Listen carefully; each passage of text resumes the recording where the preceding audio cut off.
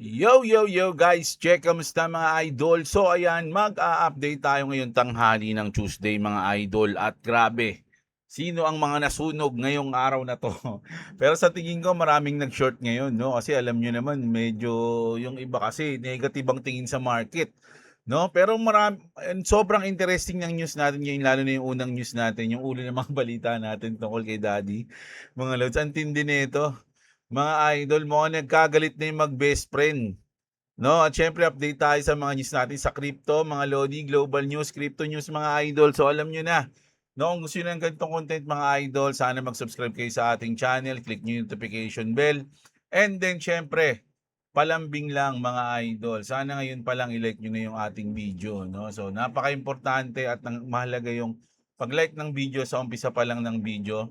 Medyo mas nagugustuhan ni YouTube daw yun mga idol. No? So ayan, mag-news tayo ngayon, grabe. So umpisahan na muna natin sa ating sa chart muna tayo. Bali bumaba ang ating Bitcoin ngayong umaga hanggang 70,000. Imagine that mga idol. 70,000 mga lodi, no? So ang ating XRP bumaba siya ng ayun, grabe, ilang beses nang tinamaan yung ating position, no? 1.26 ba? Tama ba? Oh, yan. Grabe. No, mga idol, no? Pero buhay pa rin yung trade natin diyan, mga lods. Hindi sumusuko yan hanggang sa uli. Alam nyo, yung XLM, grabe, no? Imagine, no? Kung na-tempo, ayun, no? Kung binigay lang sa akin to, mga idol, nabibitin ako sa XLM, eh. Nabibitin tayo, mga lodi. Ayan, no? Kung hindi binigay sa akin, hindi inabot. Kasi nakaset na yung ano ko dyan, eh. Short ko dyan, eh. So, hindi binigay, bumaba. And then dito naman, nung tinamaan to, tapos bumaba siya dito, hindi rin binigay. Ilang beses, 2 beses. Sayang. Sayang na sayang. So, nagko-correction ngayon yung XLM, mga idol. No? Yung mga humabol dyan, siguro kamot. Mga lodi. Yung mga humabol, mga idol, 50% to, saktong-sakto yan, no? Mga idol, 50% bumagsak and then nag-recover. So, titignan natin kung ano yung magiging takbo nito. Kasi pwedeng maging ganito yan, eh. Hulaan lang natin, no? Ay, hindi. Pangit, pangit. Pangit yung hula natin. Lang kwenta. Lang kwenta. Yan, dat pahaba. Yan. Pahaba. Pwede siguro dito siya mag-i-start. Oh. Tapos, ito, dito na siya. Ayan, no? Sa straight, no? Straight of Hormuz, mga idol. Straight of Hormuz. Ito yung positive na na triangle Pwede rin kasi maging negative 'to mga idol eh. No? Ganyan kaya yan, gaganon. Boom! Sa mga bumili ng meron ako XLM eh, kaya lang onti lang mga loads, no? Medyo masaya din ako sa XLM kasi sabi nga mga lodi, kung hindi mo sabi dati dati pa 'yun nung may nabasa akong gano'n eh.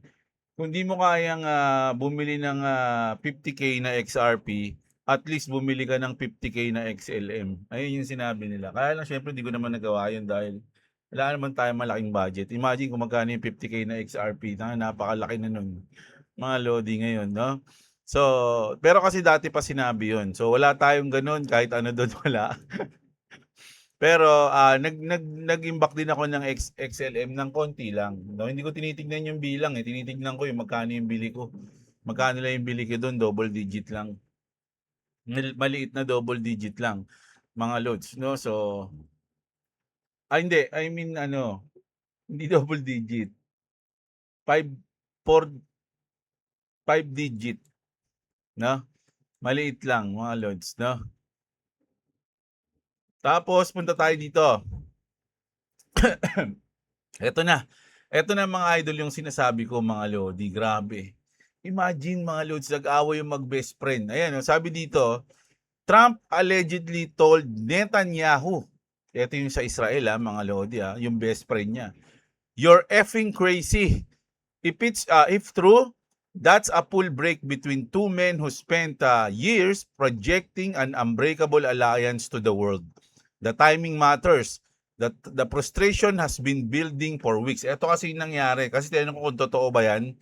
Oo, mukhang totoo ito based sa sulat. Ayon sa Axios na publish kahapon, June 1, may heated phone call talaga si President Trump kay Israel Prime Minister Benjamin Netanyahu tungkol sa plano ng Israel na mag-escalate sa Lebanon, no, particular sa Beirut area. Sinabi ng dalawang US officials at isang source briefed on the call na ganito raw ang sinabi ni Trump.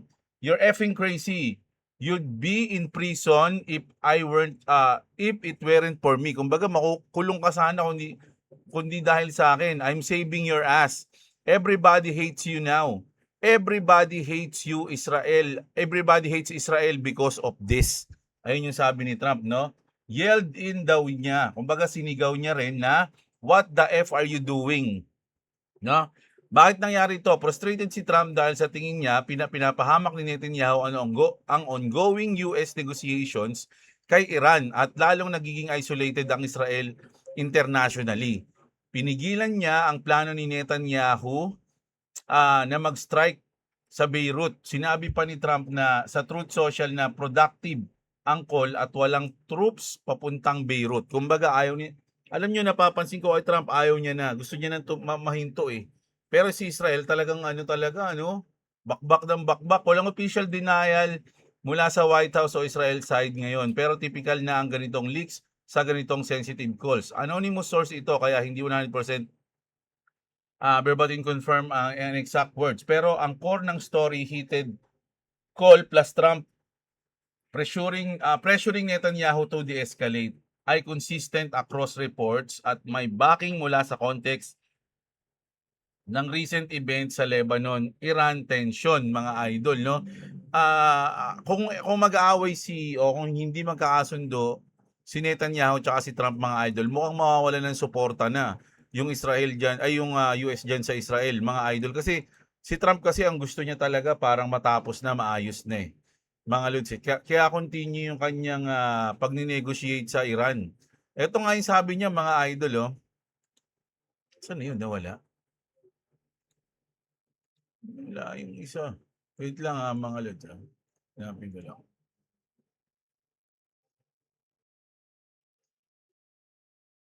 Wala. Kumbaga meron sinabi si Trump na ay ngayon na, ito na nga, hanapin ko na nga si Eric. Kay Eric ko nakita yun mga lods eh. So, talagang gusto na ni Trump na maayos, mga idol, no? Kaya lang mukhang medyo malayo na yun Asan na ba yun? Hindi ko na save. Bad trip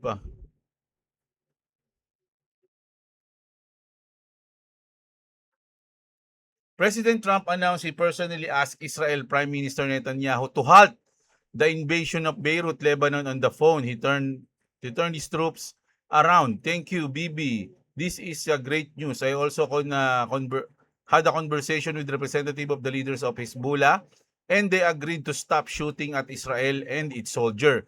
Likewise, Israel agreed to stop shooting at them. Let's see how long that lasts. Hopefully, it will be for eternity. So talagang ayaw na ni Trump yan, mga idol, no? Talagang pinipigil niya na pinupush niya na wag na matuloy o huminto na yung mga bakbakan diyan sa Middle East, mga idol, no?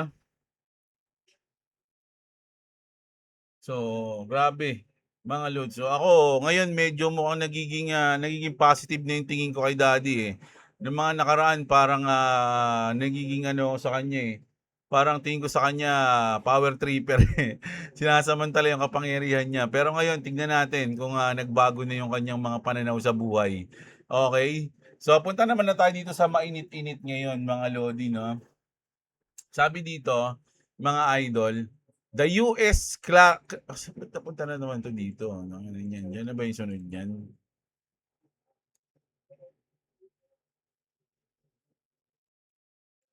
Dito yung Clarity Act natin eh. Yan dito. The US Crypto Clarity Act will be the biggest financial regulatory bill since Dodd-Frank. Sabi dito, Coinbase XXS, no? On whether or not it will pass, I feel very good about it. Crypto has interestingly become the most bipartisan issue in Washington. Kasi mga idol, talagang itong June na to, napaka-importante nito hindi lang sa hindi lang sa XRP. Sa Clarity Act napaka-importante niyan mga idol.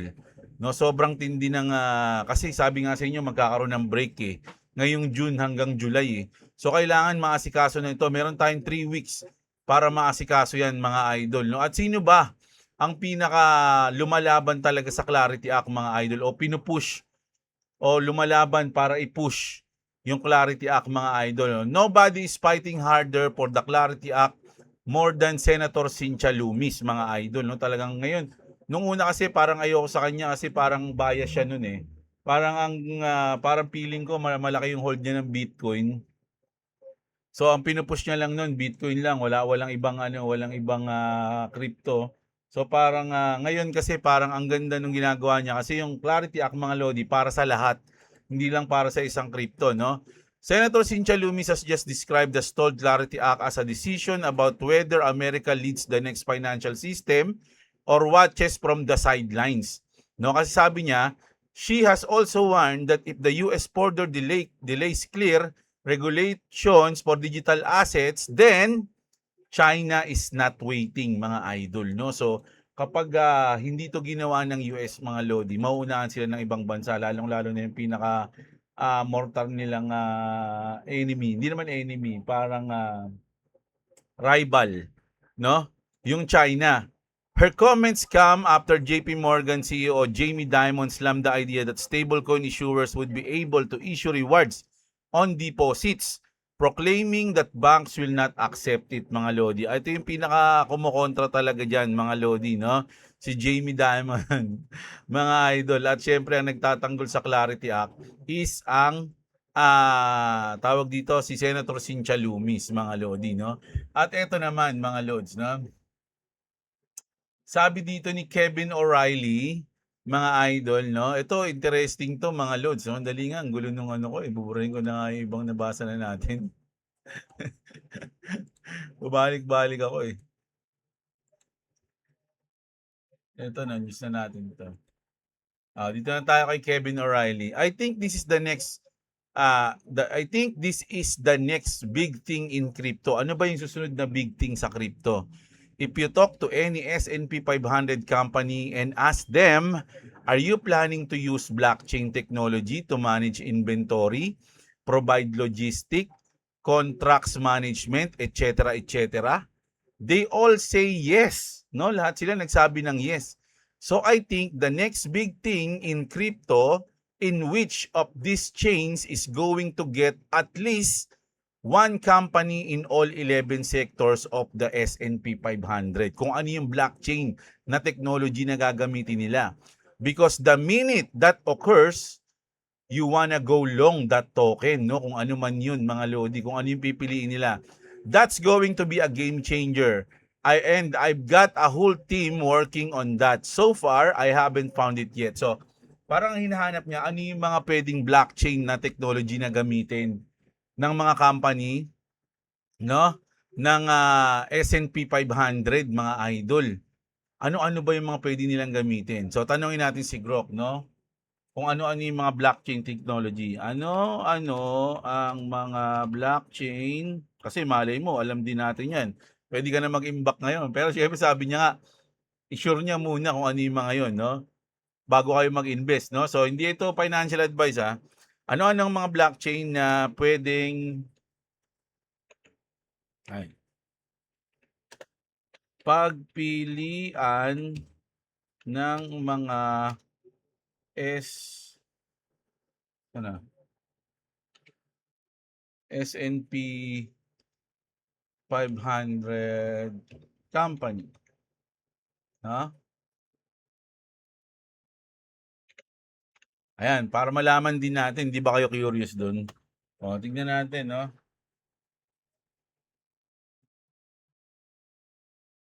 Malamang dyan yung Hedera, tsaka Sui. Ito. Karaniwang basahin na nga natin. Mga pangunahing blockchain na pwedeng piliin ng S&P 500, Fortune 500 companies para sa enterprise US inventory, logistic contract, supply chain tokenization at iba pa. Karaniwang hinahanap ng mga malaking kumpanya ang privacy, compliance, scalability at integration sa existing system. Marami ang gumagamit ng permission private networks o hybrid setups kaysa pure public blockchain. Ayon sa data 2025-20, humigit kumulang 60% ng Fortune 500 ay may ongoing blockchain initiatives. Hyperledger Fabric, pinakakaraniwan sa enterprise. Permission blockchain framework mula sa Linux Foundation ginagamit para supply chain traceability at private transaction. Halimbawa ng gumagamit Walmart, food traceability Amazon, Volkswagen, General Motors, AB InBev, at marami pang iba. Madalas i-host ng IBM Blockchain. So ano daw ang mga pwede? Ano yung una? Hyper Ledger Fabric. Ano yun? Hedera o HBAR. Ano pa? Ethereum. Canton Network. R3 Corda. Iba pang pwedeng option na binanggit. JP Morgan, Polygon, Solana, Chainlink. Ano pa ang karaniwang pinipili ng sinbaba? Context ni Kevin Rai. Tanungin nga natin kung ano.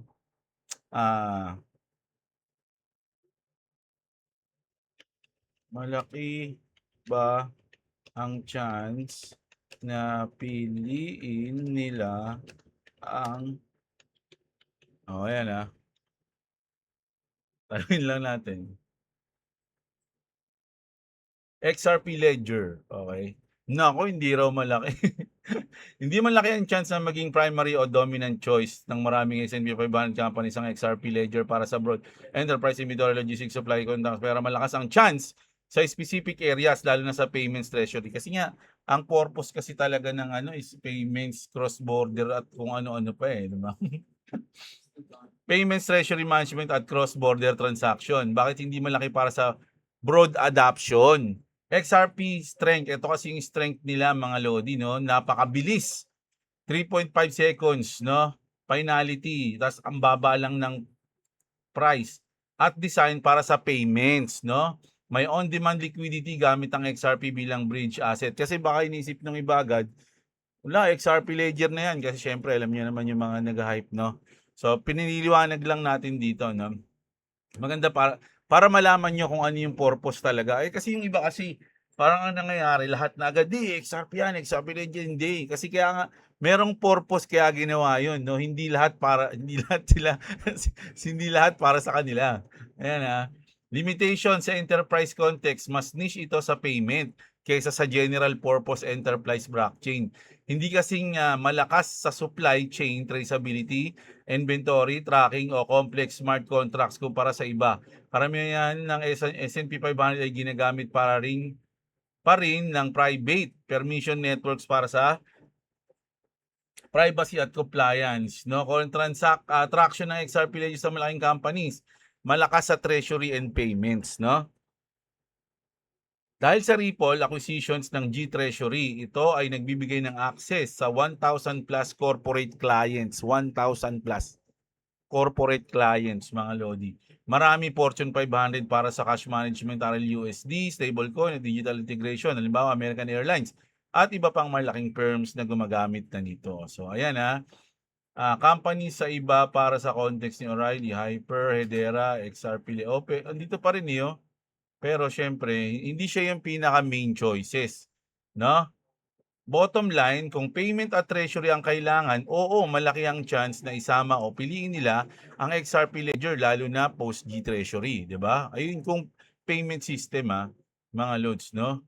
Kaya nga kaya nga kapag XRP, ang pag sinasabi yung babaguhin ng financial system, doon pwede mo isipin na XRP Ledger, XRP, 'di ba? Pero pag sa mga iba, medyo hindi naman siya ginawa para doon, no? So ayan, para lang malaman nyo, no, mga idol, no? Ayan. Tapos ito na tayo mga lodi. Nako, kung kahapon, alam nyo ba na kahapon, 'di ba, nagbalita tayo na nagbenta ng 32 Bitcoin for $2.5 million yung MicroStrategy, at ang naging epekto sa market is nag-drop yung market, mga idol, no? Dahil ba't nga naman nagbenta, mga lodi? Akala ko ba, di ba? Akala ko pa hindi kayo magbibenta, bibili lang kayo. Pero ba't ganun? So ayun yung nangyari. But here's the fun part, mga idol, sa mga hindi nakakaalam. Last time strategy sold was December 2022. 704 BTC ang binenta nila noon for $11.8 million. Almost exactly on the bear market bottom. So dito sila nagbenta, mga idol. O imagine, nung nagbenta yung MicroStrategy, mga idol, almost bottom yun. Mga loads, no? Nung cycle na yun. After nila magbenta, yun na, no? Tuloy-tuloy nang uptrend yung market. At ngayon, nagbenta ulit, no? Ang MicroStrategy. Isa na ba tong sign na ang pagbebenta ng MicroStrategy is nasa almost bottom, mga lodi, no? Almost bottom. Hindi natin sinasabing bottom na siya, no? Almost exactly on the bear market bottom. Oh, paano yan? Oh, ano yung gagawin natin ngayon, mga lodi? Sa history, siyempre history yan mga lodi. Hindi naman, pero hindi yan tama. Kumbaga hindi yan 100% sure. 'Di ba? Siguro nagkataon lang, no? Na yung pagbenta ng BTC noon ng MicroStrategy nasa almost bottom, at ngayon nagbenta ulit sila, nababa din yung market. So, pwede mo sabihin na almost bottom din, pero hindi mo rin pwede sabihin na sure, 'di ba? So, ayan, 'di ba? Yun yung fun part, kaya sinabing fun part no? Pwedeng mangyari o pwedeng hindi mangyari. Okay? Grabe 'yun, no? So ito naman, mga idol, no? Binance officially launches 9 XRP ETFs trading on its platform, including Evernorth XRPN. So, dito mga idol, nilabas ng Binance, no, yung mga ETF, no, na halos lahat, no, ng XRP ETF, nandito na, pwede ka na mag-trade dito sa Binance. Kaya lang, syempre, alam nyo naman, Binance ban sa atin sa Pilipinas. Pero sa iba naman, magagamit nila yan, mga lodi, no? So, ayan, sa iba, kung gumagamit ka ng VPN, pwede mong gawin yan, mga idol, no? So, ito, gusto kong pakinggan nyo to, mga idol, at kayo na ang humusga. Okay? Pero syempre, bilisan natin para hindi tayo makapiright. Leaders, this video by my man Connor, also known as Mickle XRP, along with the legend herself, Camila Stevenson, is exactly why XRP is so concentrated in my personal portfolio.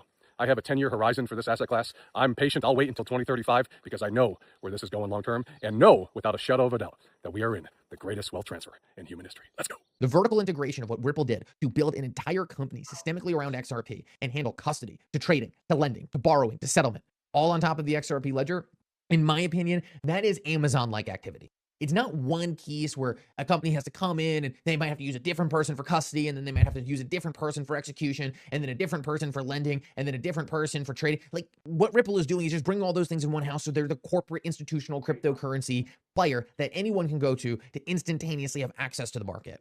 There is tremendous value, in my opinion, to that. And I just think all that activity ultimately comes down to the XRP ledger in a way where a lot of other chains might have a piece here or there that could be equal or even better to the ecosystem Ripple created. But when you have that all in one place, when you follow that Amazon playbook of creating that entire ecosystem, that's where long-term value sits.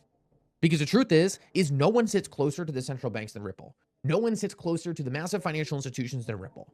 By positioning XRP in a place where not only is the XRP ledger a core utility, but XRP, the asset, is a unique, differentiated, problem-solving solution to this massive issue of global liquidity and trade between these nations, that has a power and that has a capability to completely transform the entire financial system and how countries do business with one another. XRP will be expensive. And I'll let you know why I'm saying that. Ito, pakinggan nyo to, mga lods, Maganda yung sinabi niya rito tungkol sa XRP and sa SBI. And this is not just about a price comment, all right? This is something that is bigger happening. The CEO of SBI Holdings, who runs the parent company of Japan's largest online brokerage and one of the most important financial groups in all of Asia, said two things on record back to back, and that was one of them. First, he said publicly that he expects XRP to become very expensive. And that's the part that a lot of people are quoting. But then he also said something that a lot of people may have not mentioned, and that is that the United States Senate needs to pass the Clarity Act immediately because his firm's institutional expansion plans for digital asset settlement across Asia depend on U.S. regulatory clarity to scale globally. So think about this. The CEO of a top-tier Japanese financial group just publicly told the United States Senate to pass a specific piece of American legislation. That is not, again, a price quote. That is Tokyo telling Washington to move so Tokyo can deploy capital. Now, let me explain who SBI Holdings is so that you can understand the way. Alam niyo na yan, kung sino yung SBI, mga idol. Pero parang ang sinasabi kasi dito, mga Lodi, SBI just told Washington to pass the Clarity Act so it can deploy billions into XRP. Ripple is building the Amazon of global finance. Ganun ka-importante yung Clarity Act, maski yung ibang bansa, kailangang, kumbaga umaasa doon para mag-deploy, mga idol, no? Kasi nakadepende sa US yung kanilang, yun, no? So, alam nyo mga idol, kahit sila, yung pinapalo ko sila Vincent, mga Lodi, kahit ano pa yung lumalabas na good news ngayon, kahit ano pa yung lumalabas na bad news ngayon, parang wala silang paki dun, mga Lods. No? Ang pinaka-importante, once na mapasa yung Clarity Act, ayun lang yung pinaka gusto nila mangyari. Once na mapasa yung Clarity Act, tapos ang laban. Parang ganun yun, mga idol. Kahit ano pa yung lumabas na balita ng nakaraan sa past, kahit ano pa yung mga masyadong controversial na balita dito sa ganyan, sa ganito, mawawala lahat yun, mga idol, once na mapasa yung Clarity Act. At dati pa nila sinasabi yun, no, mga Lods, no? At ngayon, halos lahat na nakikita na, mga idol, na kailangan at ganun ka-importante yung Clarity Act na mapasa. At tinanong na natin yan, mga Lods, no? Kaya nga sabi ko sa inyo nun kahit sila alam nila yan, kahit si Grok alam niya. Anong token? Ulitin natin Anong crypto token ang pinaka magpapump pag naipasa ang Clarity Act? Tanungin lang natin si Grok, mga idol. Actually, marami, no? Halos lahat naman maapektuhan kasi nga para sa lahat yan Pero ang nakalagay dito, mga Lodi, kahit si Grok ang tanungin mo, ang pinakamalamang na magpapump ng malakas kapag naipasa ang Clarity Act, ito, XRP ang pinakamalamang na magpapump. Ayan nakalagay. Ito ang pinakamalakas na consensus sa market at analyst discussion. Bakit XRP? Direct beneficiary ito. Dahil matagal nang may SEC lawsuit, etc. etc. Malinaw na digital commodity status. May SBI Holdings. Ayun yung kanina sinabi na Japan actively nagpo-push para sa bill dahil sa kanilang malaking XRP remittance of millions of customers. No? Si CEO Yoshitaka Kitao mismo ang nag-urge sa US Senate, mga idol. Imagine, no? Ito pa yung ibang pwedeng maapektuhan. Solana, Ethereum, iba pa, HBAR, Link, Doge, etc. etc. Pero ang pinaka magpapump, sinabi, maski si Grok, no? XRP, mga Lodi, no? Pero kaya ngayon lang hinihintay natin, mga idol. So kung hindi mangyari, nako, wala tayong magagawa diyan, mga idol, no? Pero once na mangyari yan, mga idol, no, pipikit ka na lang, mga idol, at sisigaw ang utak mo. Once na may pasayan, alam niyo, ginagawa niyo ba yun pag medyo na-excite kayo, pag may narinig kayo magandang balita, yung tatakpan niyo ng unan yung mukha niyo, tapos sisigaw kayo. Madalas ko ginagawa yun mga idol So, ayun na hinihintay natin. Pero hanggat wala yan, hanggat kaya ko magbudega, hanggat kaya natin mag-imbak, ayun lang tayo, mga Lord, no? Kahit hindi naman siguro abutin ng 10 taon, hindi maipapasa yan. May papasa yan, di ba? Pero ang kagandahan lang pag inabot ng pag ngayon na naipasa, ang kagandahan lang magpa-pump na yung asset mo. Pag ang kagandahan naman, for me nga mas maganda Ang kagandahan naman kapag hindi na ipasa ngayon, maipasa pa siya sa mga susunod na maraming taon, napakadami mo ng XRP nun, mga Lods, no? Kapag na ganun. Kumbaga nakapag-imba ka na ng madami. Ayun lang yun, no? So, hindi na para ako sa akin yan, hindi na para sa akin, sabi ko na nga, eh. Para na lang ma-sure natin yung mga future ng ating mga anak, gano'n na lang mga idol, no? So, last news natin. Ito yung sinasabi ko yung June. June could change everything for XRP, sabi dito, no? Kasi ngayong June, SWIFT reportedly integrating crypto infrastructure. 50 plus major banks involved mga idol at halos lahat ng mga bangko diyan na sa 50 plus na yan, partner ng Ripple. 25 plus expected to begin processing payments by June na. XRP massive descending trend line ends June 16. So ayan, no? Kumbaga June ang sinasabi dito na pwedeng maka-recover sa XRP. Naniniwala ba kayo? Pwedeng hindi kayo maniwala, pwedeng oo, ganun lang 'yun. Mga idol, no? So ngayon, ayun yung mga news natin, mga lodi, from Daddy Trump na medyo nagalit na kay Netanyahu hanggang sa Japan, SBI na pinupush yung US na maipasa na yung Clarity Act, mga idol, no? So grabe, ang lupit ng news natin ngayong tanghali, no? So mamayang gabi mag-news ulit tayo, alam nyo na yan. So para ma-notif kayo, i-click nyo yung notification bell, subscribe kayo sa ating channel. At syempre, like nyo yung ating video ngayon pa lang. Nako, napakalaking tulong na yan sa video natin at sa channel natin, okay? So maraming salamat sa mga nanood, mga lodi, alam nyo na yan. Mahal na mahal ko kayong lahat. Magandang araw sa inyo, mga idol. At What's up, what's up? yeah. So, kung wala pa kayong crypto exchange, check nyo pala yung mga link dyan sa baba ng video natin, mga lodi. Malaking tulong sa inyo yan, okay? Thank you.